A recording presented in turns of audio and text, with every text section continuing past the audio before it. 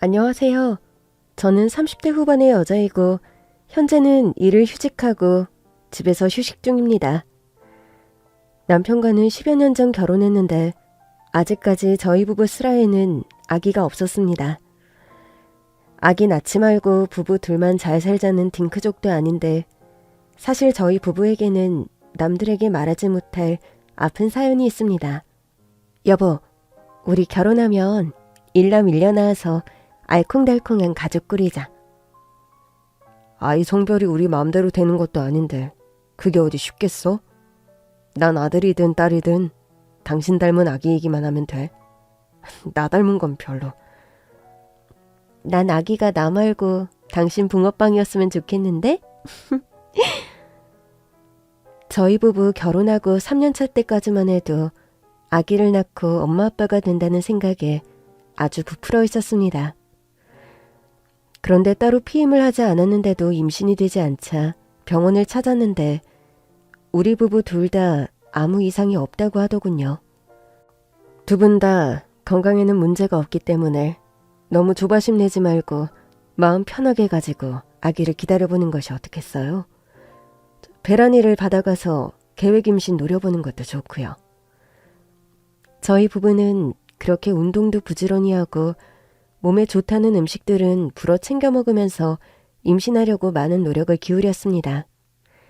제가 평소에 커피와 맥주를 무척 좋아하고 남편은 애연가였는데 저는 커피와 맥주를 끊고 남편은 독하게 담배까지 끊었죠.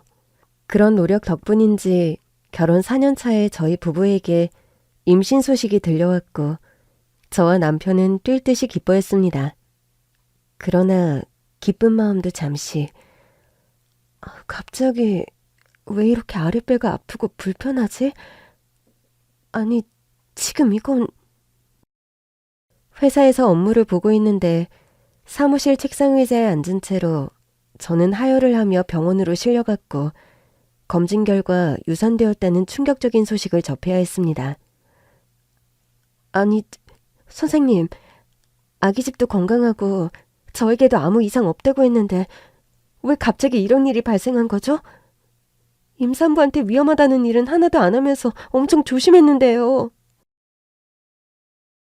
여러 가지 원인이 있을 수 있겠습니다만 일단 마음을 좀 진정하시고 산모분 나이가 젊으니 너무 낙담 마시고 몸을 잘 추스른 후에 다음번 임신을 계획하시는 게 좋을 것 같습니다.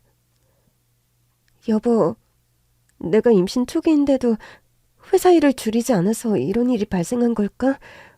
나는 노산도 아니고 병원에서도 컨디션이 하도 양호하다 해서 걱정을 너무 안 했나?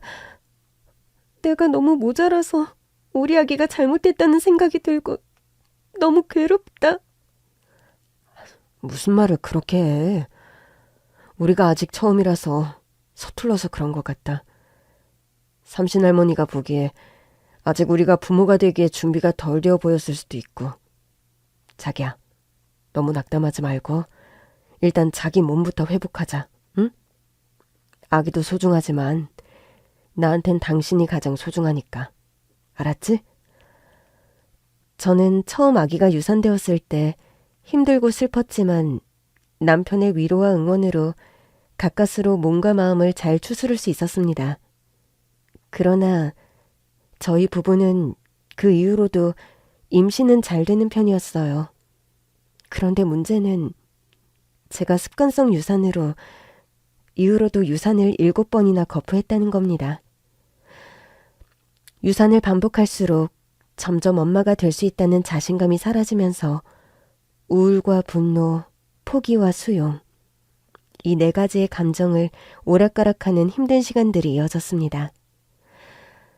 4번 거푸 유산을 하고 난 이후에는 회사까지 휴직하고 몸을 편하게 하면서 임신 준비에 매달렸지만 매번 저희 부부를 찾아온 아기는 허망하게 우리 곁을 떠나버리곤 했어요. 7번째 유산을 했을 때 저는 울면서 남편에게 말했습니다. 여보, 부부 사이가 너무 좋으면 삼신할매가 질투해서 아기를 보내주지 않는다더니 우리가 유달리 금슬이 좋아서 그런 걸까? 우리 부부가 운명이 없는 복을 바라서 자꾸 이렇게 괴롭고 힘들게 산다는 생각이 들어. 우리 그만 아기 갖는 거 포기하자. 여보, 난 당신이 어떤 선택을 하든 당신 의견에 따를 거야. 당신이 지쳐서 그만하고 싶다면 나도 오케이. 아이가 있으면 좋겠지만 없다고 해서 우리 부부 사이가 달라질 건 없어. 안 그래? 말이라도 그렇게 해줘서 고맙다. 당신도 많이 서운하고 속상할 건데. 울긴 왜 울어? 난 무엇보다 그간 당신 몸을 너무 혹사시킨 것 같아서 그게 가장 미안하다. 남은 휴직 기간 동안 아무것도 생각하지 말고 잘 먹고 잘 쉬면서 건강 회복하자. 응? 그렇게 따뜻하게 말해주는 자상한 남편이었습니다. 그렇게 바라는 아기를 가지지 못했지만 저희 부부 서로에 대한 사랑과 배려로 하루하루를 버틴 시간들이었죠. 아기는 그렇게 마음속에서 포기하고 복직 준비를 하던 어느 날 참 얄궂게도 또다시 임신 소식을 알게 되었어요. 여보, 우리 이번 임신 소식은 아무에게도 알리지 말고 우리 부부만 알고 있자. 부모님들께도 알리지 마. 그러는 게 좋겠어. 기쁨은 나눌수록 굽이 되지만 당신도 겪어봐서 알잖아. 결과가 안 좋고 슬픈 소식을 또 전해야 하게 되면 그 슬픔도 곱이 되는 거. 그래, 그게 좋겠다. 그 편이 당신 마음도 더 편하게 가질 수 있을 것 같고. 그렇게 저희 부부는 8번째 임신 소식을 아무에게도 말하지 않고 조용히 지내기로 했습니다. 저는 정말 이번이 마지막이라 생각하고 복직도 미루고 집안에서 몸을 보하면서 엄청 조심조심 하루를 보내고 있었죠.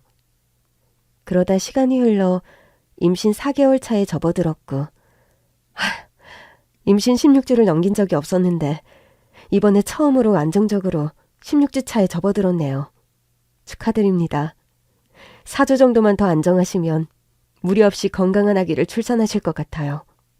마음 편하게 가지고 파이팅 하십시오. 감사합니다, 선생님. 모두 세심하게 살펴주신 덕분이에요. 초음파로 이렇게 태아 사진을 다 보게 되다니 감기가 너무 무량하고 벅차오르네요. 그렇게 산부인과에서 긍정적인 답변을 듣고 기분 좋게 집으로 돌아온 저녁이었죠. 그날도 저는 일찍 저녁을 차려 먹고 반신욕을 하고 몸에 절대 무리가 가지 않는 가벼운 스트레칭 뒤에 독서나 할 요령으로 남편 서재에 들어갔습니다. 남편 책상 위에 휴대폰이 부르르 떨리며 메시지가 한 통 온 것 같더군요. 무심결에 남편 휴대폰을 쳐다보게 되었고 화면에 뜨는 카톡 메시지의 내용을 보고 저는 경악을 금치 못했어요. 카톡의 발신인은 저의 새엄마였고 미진이 몰래 신촌역 땡땡 모텔 1013호로 오게나 란 내용이 찍혀있는 겁니다. 하도 어이가 없어서 남편에게 따져 물으려다가 말았습니다. 말도 안 되는 오해일 것 같으면서도 뭔가 알 수 없는 찜찜한 예감에 겁이 나서 도무지 남편에게 뭔가를 물을 용기가 나질 않더군요.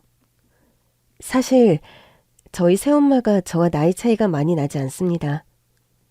제가 8살 초등학교 1학년이던 때 새엄마는 20대 초반의 나이로 저희 아빠에게 시집을 오셨거든요. 저희 아빠는 재혼이었고 새엄마는 초혼이었죠. 그런데다가 새엄마는 타고나길 동안 외모에 얼굴도 아주 미인이십니다. 해서 제가 고등학생이 되었을 즈음에서는 새엄마와 어디 목욕탕이라도 갈라치면 좀 나이 터울이 자매지간인가 봐요. 언니가 동생 때를 아주 잘 밀어주고 착하네. 얘는 내 동생이 아니라 제 딸이에요. 아유 그래? 난 엄마가 너무 어려 보여서 큰언니 정도나 되는 줄 알았네 그려. 저희 아빠는 고등학교에서 국어를 가르치는 선생님이신데 새엄마는 아빠의 졸업한 제자 중에 한 명이었습니다. 처녀가 애 딸린 호라비한테 시집오기가 쉬운 일이 아닌데 그 짝집에서는 우리 미진이 아범한테 시집오겠다 하니 반대 많이 안 하던가요? 반대 안 하셨다면 솔직히 거짓말이죠. 저 한때 울 친정 아버지께 머리까지 깎이고 집 밖으로도 못 나갔어요. 한참을. 그런데 뭐 결국 제 고집에 부모님께서 허락해 주셨어요. 또 미진이 아빠 직접 보시고 사람이 원체 좋은 분이니 부모님께서도 마음을 돌리신 거고요. 지금이야 사랑의 눈이 멀어 좋다고 시집오지만 나중에 후회되면 어쩌려고 그래. 지금도 안 늦었으니 다시 한번 생각해보지 그래? 걱정 마세요 어르신. 저 미진이랑 선생님 두고 어디 도망 절대 안 가요. 미진이도 벌써 제 딸 같은걸요? 저는 선생님만큼 제가 사랑하는 사람을 만날 자신이 없어요. 새엄마는 그렇게 대학을 졸업하자마자 애 딸린 호랩이었던 저희 아빠에게 시집을 왔고 평생 동안 저에게 아주 헌신적인 엄마 노릇을 해주신 좋은 분입니다. 아빠와 재혼한 뒤 5년쯤 지나서는 남동생도 태어났죠. 남동생이 태어나고 나서 집안 어른들은 기뻐하면서도 나름의 걱정이 있었답니다. 미진이 동생이 태어난 게 축하할 일이다만 우리 미진이 생각하면 마음이 썩 편하지만은 않은 게 사실이구나. 아니 어르신, 그건 또 무슨 말씀이세요? 네 안사람 말이다. 걔가 착한 애긴 하고 또 아직까진 미진이를 딸로 예뻐했지만 집에 아파 낳은 떡두꺼비 같은 아들이 태어난 이상 미진이가 눈에 들어오겠니? 어르신, 제발 쓸데없는 걱정 좀 그만하세요. 저희 안사람은 그렇게 인격이 모자란 사람이 아닙니다. 아빠의 호언장담처럼 새엄마는 남동생이 태어난 후에도 저에 대한 태도나 애정에 변함이 없으셨어요. 남동생과 같이 유년기 사춘기 시절을 보냈지만 새엄마가 표관하게 남동생과 저를 차별한 기억은 1도 없습니다. 그렇게 저에게 새엄마는 새자를 붙여 새엄마라 부르는 것이 죄송할 정도로 제게 좋은 엄마신데 저에게는 이런 방구 상의도 없이 남편에게 그런 문자를 보냈다니 도무지 이해할 수가 없었죠. 하도 고민을 토로할 곳이 없어 친한 친구에게 전화를 걸어 속사정을 말했습니다. 예, 네 새엄마가 좋은 사람인 건 나도 알지만 미진아, 한 길 물속은 알아도 10길 사람 속은 모르는 거랬어. 이런 옛말이 왜 나왔겠니? 넌 절대 인정하고 싶지 않겠지만 지금 너 몰래 네 남편에게 그런 카톡을 보냈다는 건 솔직히 아주 의심스러운 상황이 맞아. 그럼 내가 어떻게 해야 좋을까? 뭐 해결책이라도 있어? 미진아, 지금 단계는 해결을 논할 단계는 아니야. 네가 사실을 확인해야 하는 단계지. 평소에도 직언을 잘하고 사리 판단 잘하기로 유명한 친구였기에 저는 친구의 조언을 따르기로 했습니다. 카톡의 내용에 나와 있는 대로 남편과 새엄마가 만나는 장소로 몰래 뒤를 밟아 따라가 보기로 했죠. 남편에게도 네 새엄마에게도 그 어떤 내색도 하지 말고 약속 날까지 딱 기다렸다가 두 사람 뒤를 한번 밟아봐. 만나서 무슨 얘기를 하는지 뭘 하는지 네가 두 눈으로 확인하게 되면 걱정할 일도 없잖아. 정말 그랬다가 내가 걱정하는 게 사실이라면? 아니 뭐 그렇다면 정말 네가 더 확인을 해야 하는 일이지. 아니면 정말로 다행인 거고. 저는 친구의 조언대로 모텔에서 만나기로 한 남편과 새엄마의 뒤를 밟았습니다. 새엄마와 약속이 있는 날 남편은 그날따라 샤워에 면도에 안 뿌리던 향수까지 뿌리면서 한결 치장에 신경을 쓰더군요. 무슨 좋은 약속이 있길래 아까는 향수까지 듬뿍 뿌리고 아침부터 치장이야? 오늘 아주 중요한 사람을 만나는 날이라서 허투루 차리고 나갈 수가 없거든. 그 중요한 사람이 대체 누군데? 당신은 알 거 없고 내가 말해도 당신은 알지 못하는 사람이야. 다녀올게. 점심 대충 때우지 말고 맛있는 거 사 먹고 있어. 그렇게 말하곤 뭐가 그리 바쁜지 서두르며 집을 나가버리는 남편이었죠. 저는 설명할 수 없는 질투심과 끓어오르는 화를 사귀면서 몰래 남편의 뒤를 밟았습니다. 생전 타지도 않던 모범 택시까지 대절해서 남편의 차를 뒤쫓아가는데 참아가면서도 내가 이게 뭐하는 짓인가 싶어 기분이 씁쓸하더라고요. 남편은 서울 시내의 한 모텔에 차를 정차하더니 안으로 들어갔습니다. 저도 당장 택시에서 내려 몰래 남편이 들어가는 모텔에 따라 들어갔습니다. 저는 남편이 새엄마와 만나기로 한 모텔의 호수를 알고 있었기에 시간차를 두고 남편을 따라가는데 큰 어려움은 없었죠. 남편과 새엄마가 함께 있는 모텔 호실 앞으로 다가가는데 어찌나 심장이 두방망이질 치던지. 드디어 두 사람이 함께 있는 호실 앞으로 저는 다가갔고 방 안에서 들려오는 소리에 귀를 바짝 기울였습니다. 그런데 일반적인 말소리가 아니라 방 안에서 아주 야릇한 소리가 쉴 새 없이 들려오는 겁니다. 아무리 귀를 쫑긋 세우고 들어봐도 이상하고 야릇한 불순한 상상을 할 수밖에 없는 소리가 계속 새어나왔고 저는 다리에 힘이 풀려 바닥에 주저앉을 것만 같더군요. 겨우 정신을 차리고 안간힘을 써서 다리에 힘을 주고 모텔 방문을 두들기려는 순간 누군가 뒤에서 저의 입을 틀어막는 겁니다. 저는 너무 깜짝 놀라서 뒤를 돌아보려는데 또 한 번 기함하고 말았죠. 아빠, 아니 아빠가 대체 여길 어떻게... 미진아, 너 일단 내려가서 아빠하고 얘기하자. 모텔 방 안으로 들어가려는 저를 아빠는 한사코 만류하면서 저를 데리고 모텔 밖으로 나가시는 겁니다. 네가 지금 홀몸도 아니고 충격받는 상황은 무조건 피해야 한다. 그러니까 고집 부리지 말고 당장 아빠 따라 나와. 아니, 아빠, 내가 임신한 거 어떻게 아셨어요? 박서방한테 들어서 알지. 내가 어찌 알겠니? 박서방? 아빠는 새엄마랑 지금 저런 폐륜적인 짓을 저지르는 사위를 박서방이라고 부르고 싶어요? 미진아, 너 지금 무슨 뚱딴지 같은 소리를 하는 거야? 폐륜이라니? 저는 아빠 손에 이끌려서 모텔 근처의 커피숍으로 갔고 카페에 앉아 주스를 마시며 오늘의 비밀스런 만남의 전말에 관해 들을 수 있었습니다.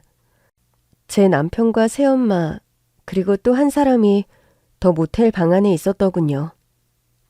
미진아, 네가 어렵게 임신해서 겨우 안정기에 접어들어가는 시기라 천천히 말하려고 했는데 상황이 이렇게 되고 보니 더 숨기는 것도 무리인 것 같구나.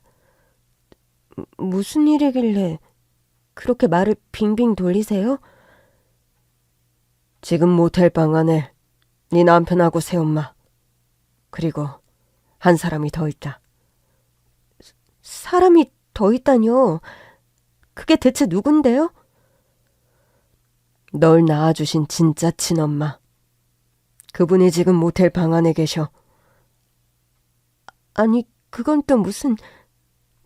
날 낳아준 친엄마는 아주 옛날에 날 낳는 과정에서 돌아가셨다고 분명히 그렇게 말씀하셨잖아요. 너에게 평생 그냥 묻어가려 했던 일인데 일이 이렇게 되어버려서 미안하구나. 아빠가 그렇게 제게 털어놓은 친엄마와의 사연은 정말로 기가 막히고 가슴 아픈 내용이었습니다. 내막이 어떻게 된 거냐고요? 저희 아빠와 친엄마께서는 사실 젊은 시절 집안이 심하게 반대하는 연애를 하셨다고 합니다. 아빠는 가진 거 하나 없는 시골의 가난한 소장농의 아들이었고 네 엄마는 도시에서 나고 자란 서울 아가씨인데다 진정이 숙박업을 운영하는 부잣집 딸이었단다. 너희 엄마 집에서 아빠 같은 가난뱅이 남자에게 절대 딸을 줄 수 없다고 반대가 극심했어. 그런데도 엄마 아빠는 반대를 무릅쓰고 결혼하신 거예요? 아빠가 네 엄마 집에 가서 무릎도 꿇어보고 네 엄마가 단식 투쟁까지 벌여봤지만 아무것도 통하지 않았고 급기야 네 외할아버지는 네 엄마 머리를 짧게 밀어버리고 방문을 잠가버리기까지 했지. 아니, 진짜 드라마에서나 봤던 일이 실제 그렇게 일어났단 말이에요? 너희 외할아버지는 무남 동료였던 너희 엄마에 대한 애착이 유달리 각별했고 또 보수적이고 아주 엄격한 분이셨단다. 그렇게 방 안에 갇힌 엄마를 대체 어떻게 다시 만나게 되신 건데요? 너희 엄마 갑자기 배가 아프다고 거짓말을 해서 잠깐 병원에 다녀올 수 있었고 그 틈을 타서 버스를 타고 그대로 아빠에게 도망왔단다. 정말 가진 거 하나 없이 옷가지도 하나 안 챙기고 오는 바람에 입은 차림 그대로 아빠와 그날 밤 야반 도주를 했고 우리는 시골 조그만 교회에서 우리 둘만의 결혼식을 올리고 함께 살기 시작했어. 그렇게 세상이 반대하는 결혼식을 올리고 아빠와 엄마는 시골의 조그만 농가주택을 개조해서 신혼살림을 시작했다고 합니다. 아빠와 엄마는 그 당시 다니던 대학까지 휴학하고 사랑의 도피를 감행하셨다고 하네요. 아무도 응원해주지 않는 결혼이었지만 네 엄마와 아빠는 행복했단다. 아빠는 시골에서 하루 일당을 받아가며 일을 했고 네 엄마는 그러던 중 너를 임신했지. 엄마 아빠는 그렇게 양쪽 집안과 모두 절연하고 둘만의 결혼 생활을 하면서 저를 임신하고 출산까지 했답니다. 제가 돌이 조금 지났을 무렵 엄마 아빠는 서울로 이사를 하셨대요. 여전히 엄마의 아버지, 외할아버지는 극심하게 반대하며 딸과 사위를 보지 않겠다고 하셨고 아빠는 학업을 마쳐야 했기에 없는 형편에도 서울로 다시 돌아오셨던 거죠.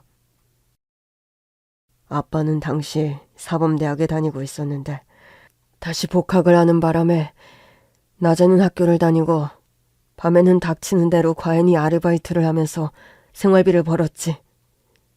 네 엄마는 하루 종일 혼자서 너를 돌봤는데.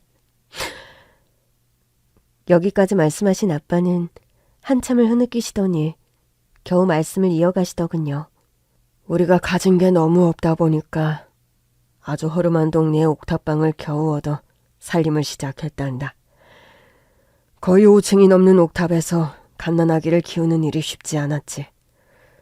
부잣집서 나고 자라 공주님처럼 살아온 네 엄마는 하루하루 생활이 녹록지 않았을 텐데도 아빠에게 힘든 내색 하나 안 하고 너를 키워냈단다. 그러던 어느 날 막 기어다니기 시작한 제가 엄마가 잠시 설거지를 하는 사이 집 밖으로 나가는 상황이 발생했고 옥탑방 계단 밑으로 굴러떨어지는 사고가 발생했다는 겁니다. 자칫 난간 밑으로 떨어져 생명을 잃을 뻔한 저를 엄마는 온몸을 날려서 껴안아 보호했고 대신 엄마가 낙상을 하시는 바람에 엄마는 머리를 크게 다치셨다고 합니다. 그 사고로 엄마는 뇌출혈 진단을 받았는데 불행하게도 뇌병변 장애인이 되고 말았다. 반신불수로 몸도 불편해지고 언어장애까지. 도저히 너를 돌볼 수 없는 형편이 되고 만 거야. 엄마가 어린 저를 구하려다가 뇌병변 장애인이 되었단 말씀이세요? 그렇단다. 네 엄마는 병원에서 한동안 꼼짝달싹 못할 정도로 위중한 상태였다가 의식을 회복하고 본인의 몸이 그런 지경이 되었다는 사실을 알고는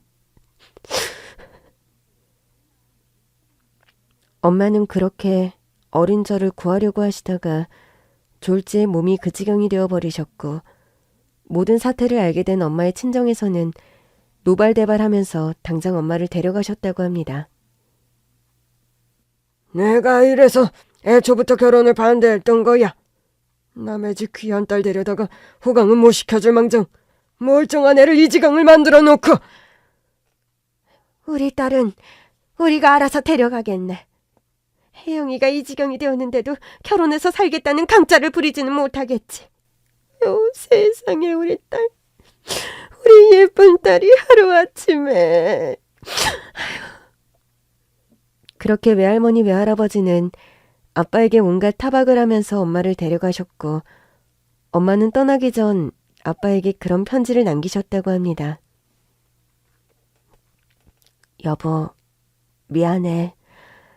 난 정말 우리 미진이 키우면서 당신하고 행복하게 살고 싶었는데, 가진 게 없고 가난해도 난 정말 좋았어. 당신의 아내로, 미진이의 엄마로 사는 것이 말이야. 그런데 이제 난 엄마 역할도 아내 역할도 아무것도 할 수 없는 몸이 되어버렸어. 당신한테 마지막 인사를 제대로 하고 싶었는데 이젠 말도 제대로 못하게 되어버려서 내 말을 당신이 잘 알아먹지 못할까봐 이렇게 편지로 남겨. 마음이 무척 아프지만 미진이에게는 엄마는 그냥 이 세상 사람이 아닌 것으로 해줘. 엄마가 이 지경이 된 것, 그리고 본인 때문에 이렇게 된 것을 알면 미진이가 상황을 받아들이기 너무 힘들 거야. 다음 생에는 우리 아무도 반대하지 않고 축복받는 결혼을 하는 부부로 다시 만나자. 당신에게 혼자 미진이를 맡기게 되어서 미안해. 우리 부모님께 부탁도 드려봤지만 노발대발 도무지 말이 안 통하고, 또 당신에게 미진이까지 뺏어오는 건 못할 짓 같아서 당신에게 미진이를 부탁하고 떠나. 잘 지내고 부디 건강해. 좋은 여자 만나서 꼭 행복한 가정도 꾸리길 바래. 그렇게 편지를 남기고 떠난 엄마셨다고 합니다. 저는 그간의 모든 사정을 듣고 눈물이 앞을 가리더군요. 아빠, 왜 그런 얘기를 대체 나에게는 한마디도 안 하셨던 거예요? 엄마가 아무리 그런 부탁을 했더라도 제가 성인이 돼서라도 진실을 말씀해 주셨어야죠. 미안하다. 나는 그저 엄마의 부탁을 들어주고 싶었다. 그뿐이야. 아빠, 우리 당장 일어나요. 저 우리 엄마 얼굴 지금 가서 봐야겠어요. 저는 그렇게 떨리는 가슴을 누르며 아빠 손을 잡고 모텔 방으로 향했습니다. 모텔 방 안에 들어가자 새엄마, 제 남편, 그리고 저의 친엄마가 앉아서 이야기를 나누고 계시더군요. 세 사람 모두 제 등장에 무척 깜짝 놀란 모습이었습니다. 아니, 미진이 네가 여길 어떻게... 여보, 미진이에게는 비밀로 하기로 하지 않았어요? 여보, 당신이 심정적으로 놀라면 안 되는 상황이라 어쩔 수 없었어. 네가 미진이니? 엄마는 어눌한 말투로 제게 인사를 건네시며 불편한 한쪽 팔을 제게 내미시는 겁니다. 저는 휠체어에 앉아 그렇게 힘겹게 제게 팔을 내미는 친엄마를 보자 억장이 무너지며 눈물이 쏟아지더군요. 엄마, 저 때문에 이렇게 몸이 불편하게 되신 거라면서요. 그래도 그렇지. 어떻게 평생 제게 거짓말을 할 생각을 하셨어요? 엄마.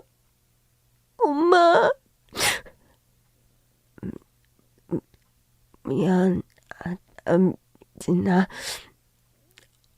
엄마가 정말 미안해. 어눌한 발음으로 제게 사과를 하시며 포옹을 원하시는 듯 계속 불편한 한쪽 팔을 내미는 엄마셨습니다. 저는 엄마에게 다가가 그런 엄마를 꼭 안아드렸어요. 엄마, 정말 죄송해요. 저 때문에 엄마가 평생 이렇게 불편한 몸으로 사시는 거 저는 여태 아무것도 모르고 살아왔어요. 엄마 죄송합니다. 그리고 감사합니다. 엄마. 아니, 아니, 왜, 미진이? 엄마가 미안해. 엄마는 제게 미안할 것도 없는데 자꾸 미안하다고 하시더군요. 알고 보니까 엄마는 최근 암투병을 오래 하시다가 시한부 선고를 받으셨다고 합니다. 암병원 중환자실에 들어가기 전에 마지막으로 제 얼굴을 꼭 한번 보고 싶다고 몇십 년 만에 아빠에게 연락을 하신 거였더라고요. 아빠에게 그런 사정을 전해 듣고 엄마도 솔직히 많이 놀랐단다. 네 아빠와 남편 그리고 나 이렇게 셋이서 의논 많이 했어. 미진이 너에게 이 소식을 어떻게 전해야 할지 말이다. 여보, 당신이 임신했고 겨우 안정기에 접어들어가고 있다고 말씀드리니까 지금 당장 당신에게 모든 상황을 말하는 게 충격이 될지 모르니 조금만 더 기다렸다가 모든 사정을 당신에게 설명하는 게 어떨까. 오늘 만나서 그런 의논을 하고 있었던 거야. 나는 그런 줄도 모르고 당신이 몰래 새엄마 연락을 받고 모텔로 가니까 정말 말도 안 되는 상상을 하고 걱정을 했잖아. 이게 대체 무슨 난리야. 새엄마 정말 죄송해요. 제가 진짜 너무 말도 안 되는 걱정을 했어요. 저를 이렇게 걱정하고 배려해서 몰래 네 분이서 만나는 줄도 모르고. 미진아, 이제 그만 울고 엄마랑 말씀 좀 더 나누렴. 이제 다 상황을 알게 되었고 너도 생각보다 의연하게 모든 걸 받아들이는 것 같아서 참 다행이구나. 새엄마는 그렇게 웃으면서 저를 다독여 주셨습니다. 그런 새엄마를 두고 잠깐이나마 이상한 의심을 한 제가 참 부끄럽게 느껴지더군요. 새엄마는 제가 임신에 실패할 때마다 누구보다 먼저 제게 달려와서 미진아, 너무 실망하지 말고 몸부터 추스르자. 엄마가 너 좋아하는 고추장 불고기 만들어 왔어. 미역국이랑 해서 같이 먹고 기운 차리자. 엄마, 내가 무슨 출산을 한 것도 아닌데 왜 매번 제가 실패할 때마다 미역국을 끓여주세요? 유산도 출산이나 매한가지로 몸을 추슬러야 하는 거야. 아기 잃어버릴 때마다 마음이 얼마나 힘이 드는 건데 몸까지 축나면 정말 큰일 난다. 그렇게 저를 살뜰하게 챙겨주시는 새엄마였는데 저는 정말로 고개를 조아리고 새엄마에게 용서를 구했습니다. 엄마가 언어장애 때문에 말소리가 일반 사람들과 많이 다른데 그렇다 보니 모텔 방 앞에서 듣기론 이상한 소리가 새어나오는 것처럼 들린 것이더라고요. 미진아, 괜찮아. 너랑 내가 옛날부터 어디 가면 자매로 오해받고 그랬잖니. 그런 메시지를 몰래 보면 누구라도 이상한 생각을 할 수밖에 없지. 너에게 미리 말하지 못해서 생긴 해프닝이니까 그만 마음 쓰렴. 그렇게 너그럽게 이해해 주시는 새엄마셨습니다. 상황이 정리되고 보니까 친엄마의 위중한 건강 상태가 많이 걱정이 되더군요. 친엄마는 친정 부모님께서 모두 돌아가시고 홀로 힘겹게 투병하고 계신 상황이었습니다. 시간이 흐르면서 저는 임신 안정기에 접어들었고 병원에서는 아기가 건강하게 자라고 있으니 큰 걱정 안 하고 출산일까지 잘 기다리면 되겠다는 말을 하더군요. 여보, 나랑 뱃속의 아기는 이제 크게 걱정 안 해도 되게 생겼는데 투병하는 엄마가 걱정이야. 몸도 성취하는 분이 혼자서 병원 생활하게 하는 거 마음에 많이 걸리고 걱정이 크네. 일단 어머님께서 받아야 하는 항암 치료가 입원해서 받아야 하는 거라니까. 그 기간만 거치면 집에 모시고 와서 돌봐드리는 걸 한번 생각해보자. 아니, 당신 정말 괜찮겠어? 당신이 얼마나 어렵게 만난 친어머니야. 당신 마음 다 아니까. 아무 걱정하지 말고 당신은 일단 출산일까지 건강관리 잘하고 있어. 어머님 병원 퇴원할 시점이 되면 어떻게든 힘닿는 데까지 우리가 돌봐드리기로 하자. 저는 남편의 말이 너무 고마웠고 해서 일단 엄마가 받는 병원에서의 치료 과정이 끝날 때까지 기다리기로 했습니다. 하루하루 시간은 흘렀고 드디어 예정일이 되어서 저는 무사히 출산도 하게 되었습니다. 다행히 자연분만을 하게 되었는데 아이의 성별은 아들이었어요. 여보, 정말 수고했어. 우리가 그렇게 기다리던 튼튼이가 우리 곁으로 왔네. 미진아, 정말 수고 많았다. 튼튼이가 미진이와 네 남편을 꼭 반반씩 닮은 외모구나. 미진아, 네 덕분에 엄마가 할머니가 되어버렸네. 축하하고 정말 고생 많았다. 그렇게 가족들의 축하를 받으면서 저는 몸을 회복해 나갔습니다. 산후조리원에서 아기와 지내는 동안에도 저는 친엄마가 걱정이 되어서 솔직히 자잘한 일들이 손에 잘 잡히지 않더군요. 이렇게 걱정하는 저를 대신해 남편은 엄마가 입원해 계신 병원에 거의 매일이다시피 병문안을 가면서 제게 엄마 소식을 전해주었어요. 여보, 오늘은 아주 기쁜 소식을 당신한테 전할 수 있게 됐다. 그게 대체 무슨 말이야? 기쁜 소식이라니. 장모님께서 저번 주에 마지막 항암 치료를 받으셨는데 결과가 아주 좋다네. 이대로만 잘 회복하면 어쩌면 완치도 기대할 수 있겠다고 담당 의사가 말했어. 정말이야? 엄마가 정말 완치가 가능하대? 치료를 처음 시작할 때만 해도 예후가 별로 안 좋아서 기대를 크게 안 했는데 새로 시작한 항암제가 장모님께 잘 맞아떨어졌나 봐. 그리고 장모님이 말씀하시는데 당신을 만난 후로 살고 싶은 의욕이 많이 생기셨대. 이전까지는 거의 자포자기하다시피 살아오셨는데 당신이 출산하고 또 우리 튼튼이 사진 매일 보다 보니까 하루라도 더 살아야지 싶은 생각이 드셨다나? 여보 고마워. 나 대신 매일 엄마 보러 다녀와주고 병원으로 조리원으로 왔다 갔다 하느라 당신도 정말 고생 많았어. 그렇게 저는 무사히 산후조리원에서 퇴소하고 또 엄마께서도 병원에서 건강을 많이 회복하고 퇴원을 하게 되었습니다. 엄마께서 언어장애가 있으시다 보니 말투가 어눌한데 그래도 적응이 되다 보니 말을 알아먹는 데에는 큰 어려움이 없었습니다. 그리고 제가 조리원에 있는 동안에는 엄마와 매일 휴대폰으로 메시지를 주고받으며 소통을 했죠. 저는 매일 아침에 일어나자마자 우리 아기의 사진을 보내드리고 엄마의 안부를 묻고 엄마께서도 답장을 해주시고 엄마가 병원에 계시고 제가 조리원에 있어서 얼굴을 보지 못하던 기간에도 저희 모녀는 휴대폰 메시지를 통해서 매일 연락하고 많이 가까워지는 시간이 되었어요.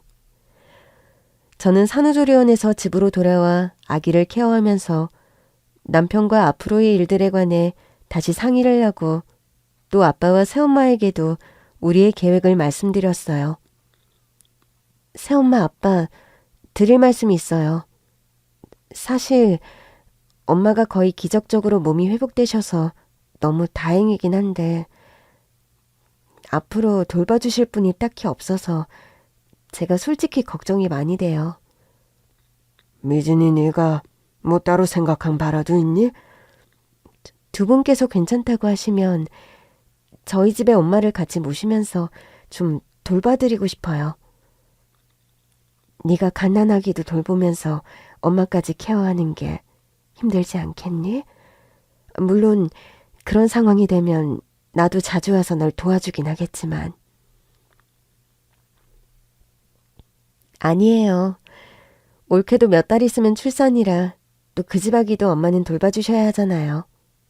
저까지 도와달라 부탁드리는 건 제가 너무 염치가 없죠. 아니야. 도와주려면 너도 민석이도 마찬가지로 똑같이 도와줘야지. 엄마에게 우리 집에 지내시는 게 어떠시나 여쭤봤더니 처음엔 한사코 거절하시다가 간병인과 베이비시터를 함께 고용하면 그렇게 하시겠다 하셔서 일단 그렇게 해보기로 했어요. 그래, 미진아. 잘 생각했다. 네 엄마가 건강도 많이 안 좋은데 너를 곁에 두고 생활하면 한결 힘이 될 거야. 여보, 당신도 이해해줘서 고마워. 당연히 이해해줘야 하는 상황이잖아. 미진아, 엄마한테 미안하게 생각하지 말고 엄마 도움 필요하면 언제든지 연락해. 알겠지? 엄마, 정말로 감사드려요. 저도 회사에서 육아휴직을 쓰기로 해서 당분간은 너무 크게 걱정 안 하셔도 될 것 같습니다. 고맙네, 박서방. 힘든 일 있으면 언제든 연락하고. 그렇게 해서 엄마와 저 남편, 갓난아기까지 한 집에서 생활을 시작하기로 했습니다. 이렇게 결정된 사항을 엄마에게 말씀드렸더니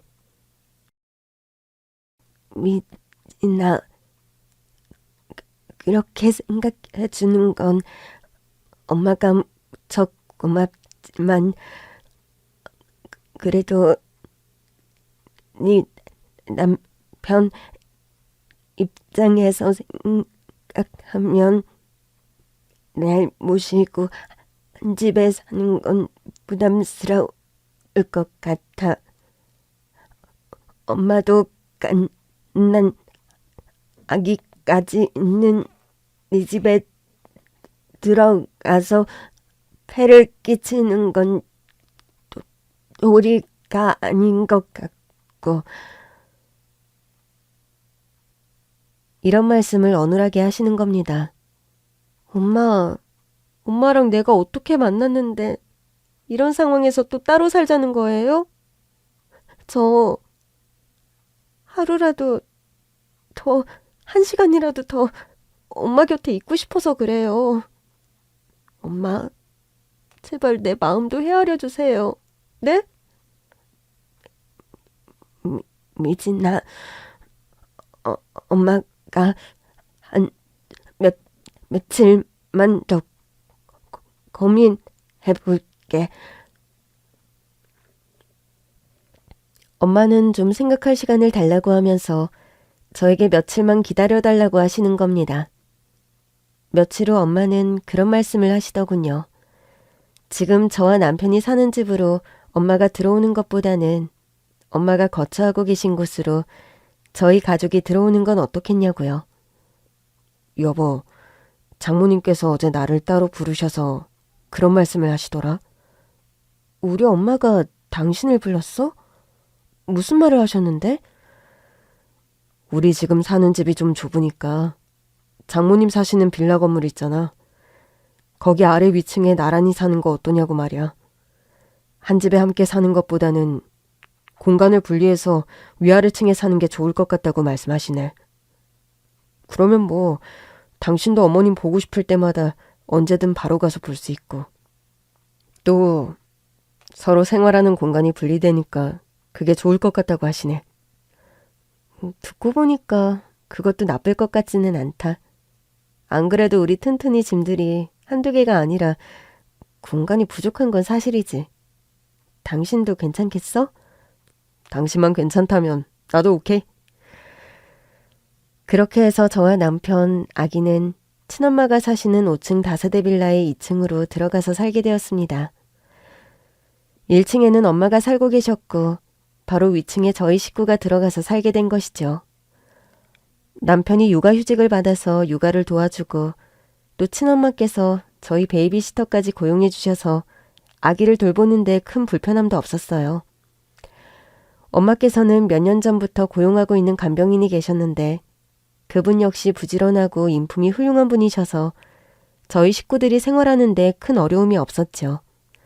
아기도 돌보면서 또 아래층의 엄마도 같이 케어해드릴 수 있어서 제 입장에서도 더할 나위 없이 좋은 라이프 스타일이라 할 수 있었죠. 저는 요리에 취미가 있었고 곧잘 음식을 잘 만드는 편인데 엄마는 제가 만드는 음식을 아주 좋아하셨어요. 엄마, 오늘은 엄마가 좋아하는 전복죽 좀 쏘았어. 드셔보세요. 우리 이니 때문에 엄마가 호강하는구나. 이 정도 가지고 무슨 호강이에요. 엄마가 완치됐다고 안심할 게 아니라 암 환자들은 완치 판정 받고서도 사후 관리에 더 바짝 신경 써야 한대요. 엄마 식단 관리는 앞으로 제가 알아서 할 거니까 걱정 마세요. 딸 이진이가 정말 효녀구나. 엄마가 말년에 무슨 복인지 모르겠다. 그렇게 아이를 돌보면서 엄마 식사를 매끼 챙겨드리는 일이 쉬운 일은 아니었지만 저는 힘든 와중에도 하루하루가 무척 행복했습니다. 여보, 뒤늦게라도 엄마가 날 보겠다고 안 하셨음. 난 영영 엄마의 존재를 아예 모르고 살다 갈 뻔했어. 그런 생각하면 너무 끔찍하고 슬프다. 지금은 장모님 모시고 사니까 행복해? 응, 너무. 새엄마도 좋은 분이셨지만 엄마는 나 때문에 저렇게 평생 불편한 몸으로 살아오셨는데 내가 그 고마움도 모르고 살았다면 얼마나 미안한 일이야. 이렇게 엄마 인생 후반부에라도 내가 딸로서 도리를 다하고 엄마한테 죄송함을 갚을 수 있어서 너무 다행이야. 당신 마음 내가 잘 아니까 나도 장모님한테 잘할게. 고마워, 여보. 제가 사실은 저희 아이를 제 생일날 출산했습니다. 저희 아들과 저의 생일이 같은 셈이죠. 엄마의 집 2층으로 이사한 뒤 엄마도 하루가 다르게 건강이 좋아지셨고 저희 아기도 무럭무럭 잘 자랐습니다. 시간이 흘러 아이의 돌잔치가 다가왔죠. 저희 가족은 외식을 하거나 호텔 같은 곳을 예약하는 대신 집에서 간소하게 아기의 돌잔치를 치르기로 했습니다. 돌잔치를 앞둔 어느 날 엄마께서 저와 남편을 부르시더군요. 지난 1년 이진이도 박서방도 정말 고생 많았네. 아니에요, 엄마. 엄마가 이렇게 무탈하게 건강해지셔서 난 그게 더 감사해. 자네와 이진이 살뜰한 무살림에 우리 손주 보는 대롱에 내가 건강이 이만큼이라도 좋아진 것 같네. 내가 사는 재미없이 그동안 살아왔는데 요즘 같기만 하면 100살까지라도 살고 싶은 마음이야. 장모님, 당연히 100살까지 오래오래 사셔야죠.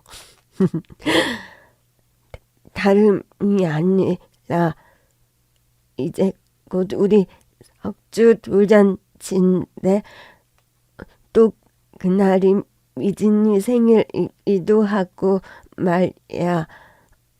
세상에 태어나서 우리 딸과 손주 생일 처음 맞는 건데 좀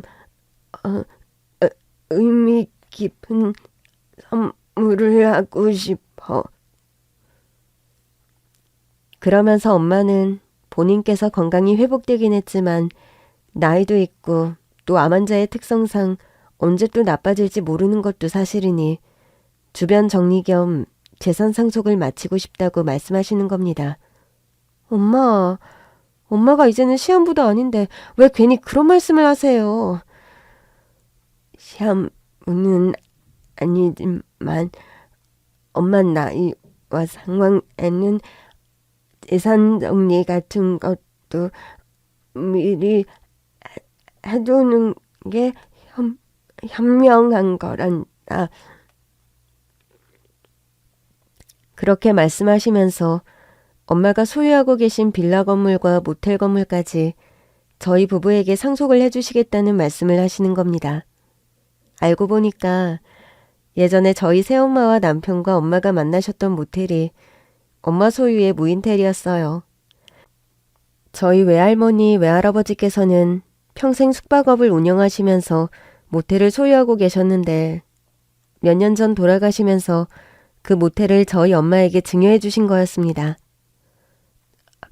박서방이나 미진이 둘 중에 한 명이 모텔 운영을 도와주면 좋겠지만 원래 하던 일들이 있으니 강요할 생각은 없고 그래도 찬찬히 한번 생각해 보겠나. 저와 남편은 재산을 상속해 주신다는 엄마 의견을 처음에 한사코 거부했지만 엄마 뜻이 원체 완고하셔서 일단 엄마 뜻을 따르기로 했습니다. 엄마 친정, 그러니까 저희 외가가 대대로 자산가 집안이어서 무남 동료였던 엄마는 외할머니 외할아버지로부터 막대한 재산을 상속받으셨다고 합니다. 미나 박서방, 사실 내가 우리 친정 부모님에게 받은 재산은 이것보다 훨씬 더 규모가 컸네. 그런데 내가 뜻한 바가 있어서 반절 이상은 사회단체에 기부를 하려는데 이해해 주게나. 이해고 뭐고 저희에게 그런 허락을 구하실 필요가 없는 일이세요. 애초에 어머님 소유의 재산인데 저희한테 그런 말씀 안 하셔도 됩니다. 엄마, 우린 지금 엄마한테 받은 이만큼의 유산도 분에 넘치고 충분해요. 알고 보니 엄마는 저희 부부에게 재산을 증여해주면서 나머지 재산은 사회에 기부하는 절차를 밟으셨더라고요. 기부하는 단체는 장애인 단체라고 했습니다. 나는 알 때부터 장애인은 아니었고 갑작스러운 사고로 이렇게 몸이 불편하게 된 케이스인데 그러다 보니까 몸이 불편한 사람들의 애로사항을 좀 뒤늦게 알게 된 경우였지. 더 늦기 전에 그런 사람들에게 보탬이 되도록 내가 가진 것을 좀 나누고 싶구나. 엄마, 너무 좋은 생각이에요. 장모님, 정말 훌륭하고 멋진 결정이십니다. 저와 남편은 모두 엄마의 선택에 박수를 보내드렸습니다. 그렇게 기부 절차까지 모두 마치고 저희 집에서 저희 아이의 돌잔치 파티를 하게 되었어요. 새엄마와 아빠도 집에 오셔서 저와 아기의 생일을 축하해 주었습니다. 이날 내 것 저희 딸 아이 미진이를 이렇게 훌륭하게 키워주셔서 너무 감사드려요. 진즉에 감사드려야 한다는 것이 너무 늦어 죄송합니다. 아니에요. 미진이는 착하고 똑똑한 아이라 키우면서 제가 더 행복한 날이 많았답니다. 이렇게 건강을 회복하셔서 너무 다행이에요. 그렇게 맛있는 음식을 가득 차려놓고 엄마, 아빠, 남편, 새엄마, 저희 아기까지 북적이는 떠들썩한 생일잔치를 했답니다. 한때 습관성 유산으로 아기가 생기지 않아서 저와 남편은 그런 얘기를 한 적이 있었습니다. 여보, 금슬 좋은 부부한테는 삼신할매가 질투해서 아기를 안 준다더니 우리 부부가 딱 그런 경우 같아. 아기가 생기려면 일부러 부부싸움이라도 좀 해야 하는 거 아닐까? 당신하고 나는 싸워봤자 결국 1시간도 안 돼서 또 하하호호 거릴 텐데 뭐. 아기가 있으면 좋겠지만 우리 너무 안 되는 일에 마음고생하지 말자. 난 당신만 있어도 충분해. 부부끼리 조용하고 단출하게 사는 것도 나쁘지 않아. 안 그래? 그래. 좀 호젓하고 조용하게 평생 사는 것도 나쁘지 않을 수 있지. 그런 말을 나누면서 가까스로 마음의 위안을 삼던 저희 부부인데 정신을 차리고 보니 이렇게 북적거리는 집안에서 아기와 저의 생일잔치를 하고 있네요. 게다가 세상에 계신 줄도 몰랐던 친엄마의 존재까지 알게 되어서 저희는 이제 2식구에서 4식구로 식구수가 2배로 불었습니다. 그리고 최근에 저는 둘째를 임신한 사실을 알게 되었습니다. 해서 내년에는 5식구로 식구가 1명 더 늘 예정입니다. 온몸을 바쳐서 저를 구해주신 엄마의 희생으로 제가 지금 이날 이때껏 건강하고 행복한 삶을 누리고 있다는 것을 잘 압니다. 또 그런 저를 잘 키워주신 새엄마의 은혜도 정말 감사하고요. 저는 죽는 날까지 이 2분의 엄마에게 좋은 딸이 되려고 노력하면서 살려고 합니다. 그분들에게 받은 사랑과 은혜를 저희 아이들에게도 듬뿍 나누어 주면서요. 긴 얘기 들어주셔서 정말 감사합니다.